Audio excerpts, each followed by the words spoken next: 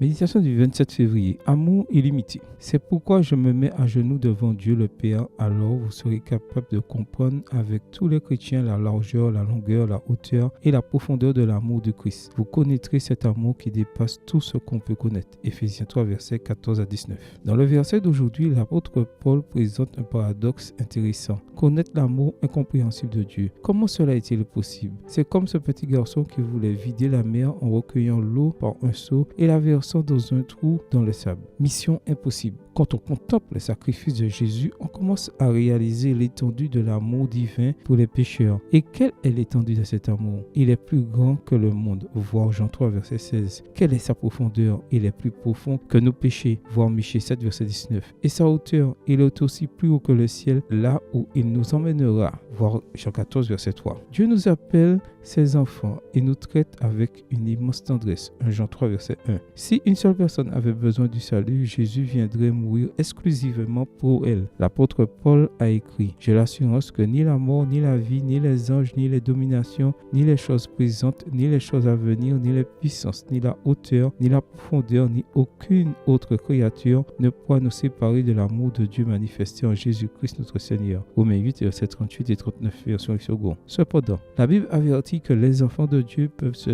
séparer de son amour. La recommandation est donc la suivante: restez dans l'amour de Dieu. Jude 1, verset 21. Malheureusement, l'église d'Éphèse n'a pas suivi cette recommandation et a abandonné son premier amour. Apocalypse 2, verset 4, version seconde. Nous courons tous le risque de rejeter l'amour infini de Dieu. Une fillette se promenait avec sa mère dans un parc bondé. Sa mère lui a dit: « Ma fille, ne lâche pas ma main sans aucun prétexte, d'accord ?» Mais à un moment donné, l'enfant s'est laissé distraire et s'est égaré. Désemparée, sa mère est partie à sa recherche, mais en vain. Quelques heures plus tard, un policier s'est approché d'elle, portant la petite fille dans ses bras. Quelle joie! On avait retrouvé sa fille. Mais avant de serrer sa mère dans ses bras, l'enfant a mis ses mains sur sa taille et lui a demandé: « Maman, où t'es-tu perdu ?» Beaucoup rejettent l'amour de Dieu et demandent encore: « Pourquoi le Seigneur m'a-t-il abandonné ?» Ne fais pas cette erreur. Décide de ne jamais te détourner de Jésus et alors il sera toujours avec toi. Amen. Bonne journée à toi et que le Seigneur te bénisse.